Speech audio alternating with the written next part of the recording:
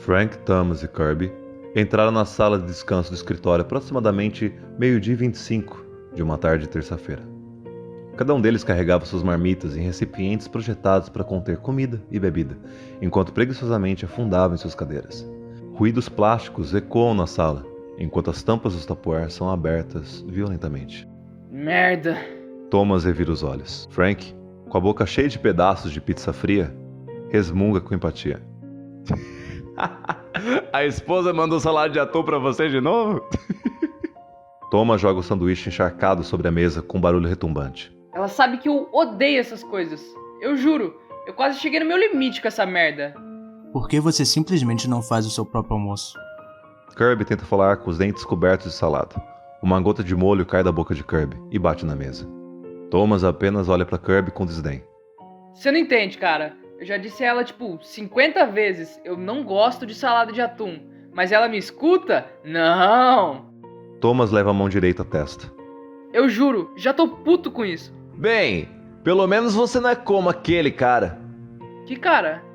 Thomas olha pra Frank confuso. Você tá falando daquele cara da CompuTools? Eu ouvi falar no noticiário da semana passada. Kirby entra na conversa. Ele já começou a cavar no seu pote de pudim. Thomas se vira pra Kirby. Do que caralho vocês estão falando? Frank limpa os dedos com outro guardanapo, cruza as mãos na frente do corpo e se inclina silenciosamente.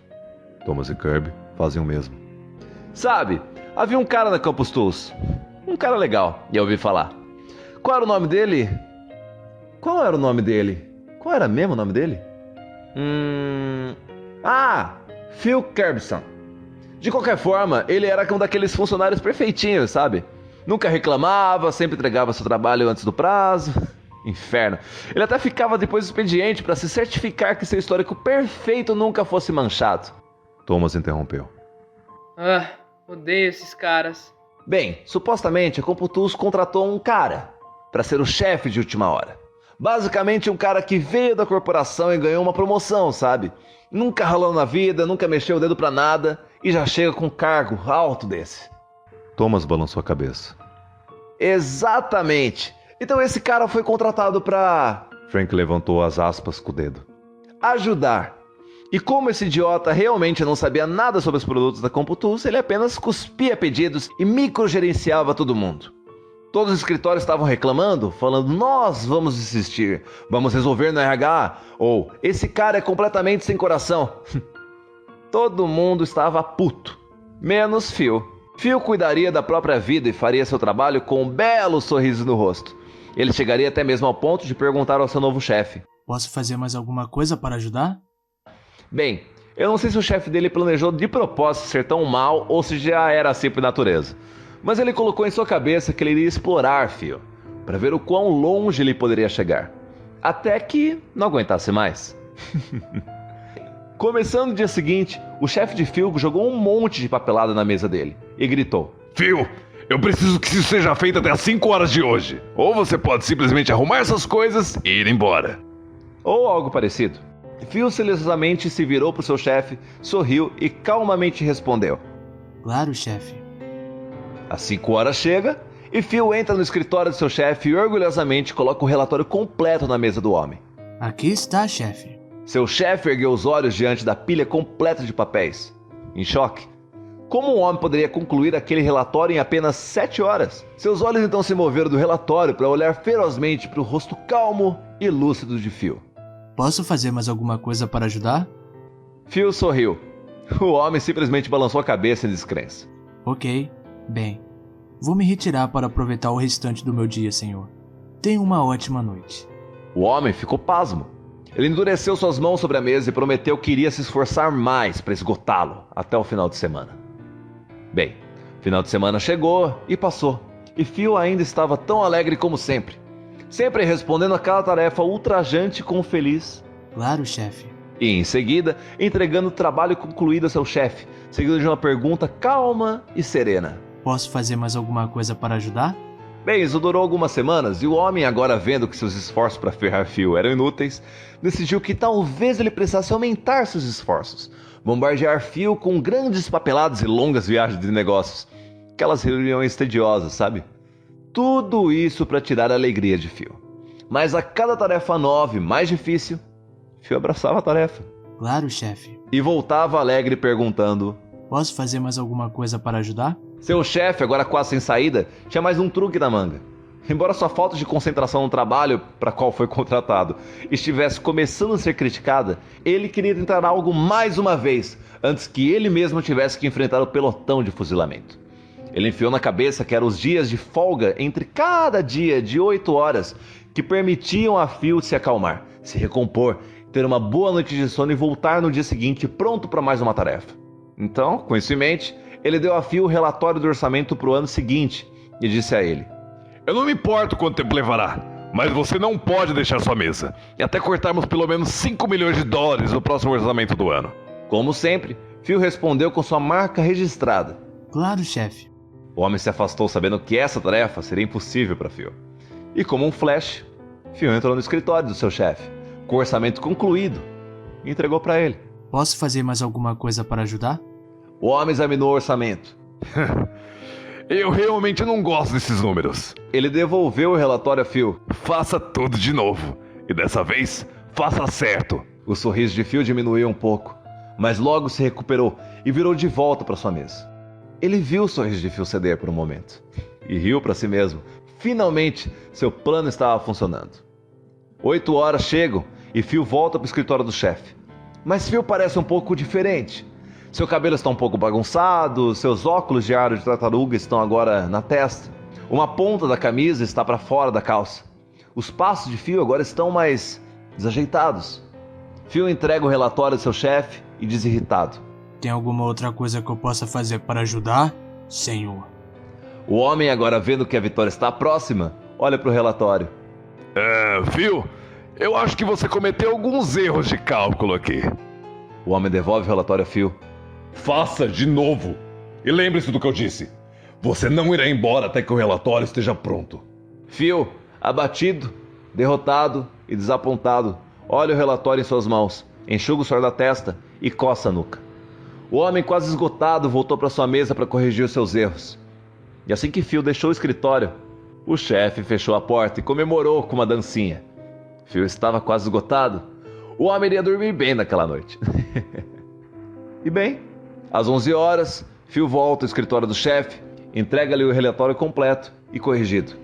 Exausto, Phil pergunta: Há mais alguma coisa que eu possa fazer para ajudar, senhor?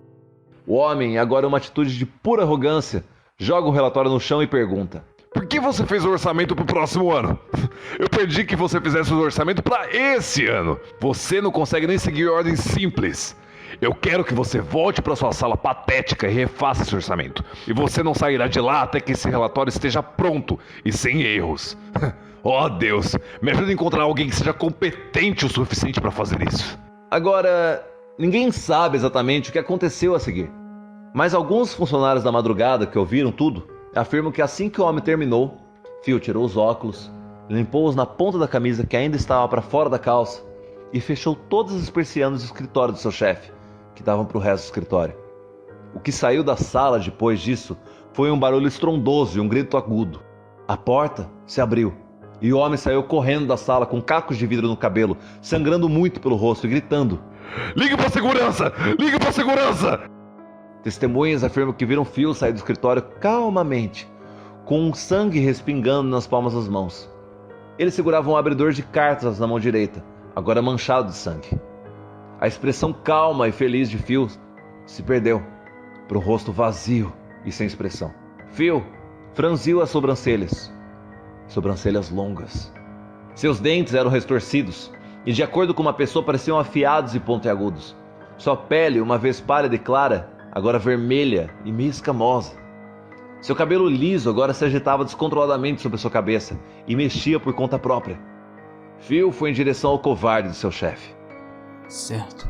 Certo. Certo! Phil continuou a falar essas palavras repetidamente e o volume da sua voz começou a subir até que ele começou a gritar. Phil destruiu tudo em seu caminho para chegar até o homem, que agora estava lutando para chegar até o elevador. Ele arremessou a impressora do escritório, derrubou mesas, mas ainda assim Phil andava calmamente em direção ao homem. Em nenhum momento Phil aumentou a velocidade dos seus passos. As portas do elevador finalmente se abriram e o homem rapidamente entrou. Enquanto ele apertava freneticamente o botão fechar a porta, o braço de Phil o empurrou para dentro da cabine, enquanto as portas se fechavam. O homem soltou outro grito infantil de socorro, então... Thomas, agora sentado na ponta da cadeira, piscou. Sim? Bem, Frank continuou. a segurança o arrastou para longe. As pessoas que ficaram por aí durante todo o ocorrido disseram que nunca ouviram Phil falar palavrões. Nunca. Mas naquele dia, ouviram palavras tão diferenciadas que soava como se alguém estivesse falando numa língua antiga. Uma linguagem demoníaca. Somente pela graça de Deus, o segurança foi capaz de conter Phil. Enquanto o carro de polícia parava na frente e os homens entravam no prédio, as testemunhas notaram 3 coisas. Primeiro, que enquanto ele era carregado, chutando o ar e gritando o tempo todo, Phil estava irreconhecível. Em segundo, que o chefe não conseguia parar de chorar. E em terceiro lugar, e o mais bizarro, eles perceberam o que causou o barulho estrondoso no escritório do chefe. A mesa de mármore de 600 quilos que o homem tanto amava, agora estava em pedaços do lado de fora da janela. Então é isso? O que aconteceu depois disso? Ele foi julgado? Thomas perguntou. Houve o julgamento, mas Phil foi considerado mentalmente instável para ser julgado. Então, foi internado no Hospital Estadual de Brookfield. E tudo morreu e voltou ao normal. O chefe foi chamado pela empresa e foi demitido, porque não apenas as câmeras de segurança gravaram o que Phil fez ao chefe e ao escritório, mas também gravaram a explosão de raiva do homem sobre Phil, que o fez perder o controle em primeiro lugar. Parece que o tiro saiu pela culatra. Thomas comentou. Kirby apenas balançou a cabeça enquanto começava a limpar os seus recipientes vazios. E bem, aqui está a parte engraçada. Eu fiquei sabendo disso através da Sally Boyd, lá da Campus Tools. Ela costumava ser a faxineira do chefe de Phil. Depois que o homem foi dispensado, ela estava limpando sua mesa temporária. E para passar o tempo, ela estava com o rádio ligado. A Sally deixou o escritório por uns momentos para pegar algumas coisas, algumas caixas. Quando ela voltou ao escritório, ela ouviu o locutor da rádio anunciar. Phil Kerbison, internado no Hospital Estadual de Brooksfield na segunda-feira, fugiu da sua cela hoje mais cedo e está como desaparecido até o momento. O ex-chefe, que estava na sala junto de Sally, congelou de medo. E quando Sally se virou para olhar para o homem, a porta bateu violentamente no seu rosto, jogando de costas para o chão. Ela me disse que ouviu claramente o homem implorando por sua vida. Ela ouviu claramente... Por favor, não! Eu farei o que você quiser! Então uma voz calma, reconfortante e familiar veio de trás da porta. Posso fazer mais alguma coisa para ajudar? Sally pulou para a porta, mas estava trancada. Ela tentou olhar pela janela, mas as persianas estavam quase todas fechadas. Então ela só ouviu o bater dos braços e pernas. Sally chutou a porta várias vezes e gritou: "Alguém, por favor, ajude!" Mas era tarde demais. Assim que a agitação cessou dentro do escritório, Sally ouviu o clique da maçaneta para sinalizar que havia sido destrancada. Com lágrimas nos olhos, ela lentamente alcançou a maçaneta e abriu a porta para revelar uma cena horrível. O homem estava aberto da sua garganta à cintura, caixa torácica e órgãos expostos. Suas mãos se torceram em nós, contorcidos de carne e as nós dos dedos. Seu rosto distorcido em uma expressão de angústia e medo, olhos arregalados, mandíbula travada, nariz quebrado e retorcido. Em sua mão esquerda estava o próprio coração. Sally e alguns funcionários que finalmente conseguiram acessar a sala ergueram os olhos para ver a seguinte mensagem rabiscada com sangue na parede do escritório: "Estávamos errados. Afinal, ele tinha o coração." Depois disso, a Campus Tools fechou aquele escritório. Acho que eles o transformaram em uma assistência técnica ou algo assim. Frank terminou sua história com um gole solene de café.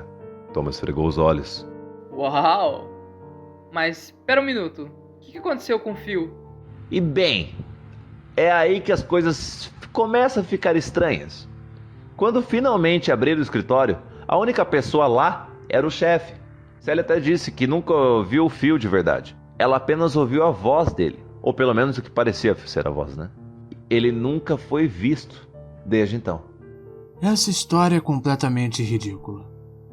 Frank e Thomas se viraram para ver Kirby quebrar o clima. O quê? Thomas perguntou. Você tava lá, né? Sabe de tudo o que aconteceu. Só sei que não foi assim que aconteceu. Kirby afirmou calmamente, enquanto ajustava seus óculos de aro de tartaruga. Ok, fodão. Como você sabe? Frank brincou. Porque Kirby se aproximou. Frank e Thomas também se aproximaram de Kirby. o hospital ainda não sabe que eu fugi. Nesse momento, o chefe de Kirby aparece chamando. Ei, Kirby, Preciso que você faça algo por mim. Claro, chefe. Enquanto Kirby se levanta para deixar a sala de descanso, agora mais silenciosa, Frank e Thomas olham para o crachá de segurança de Kirby. Em seu nome completo, Kirby Phillips.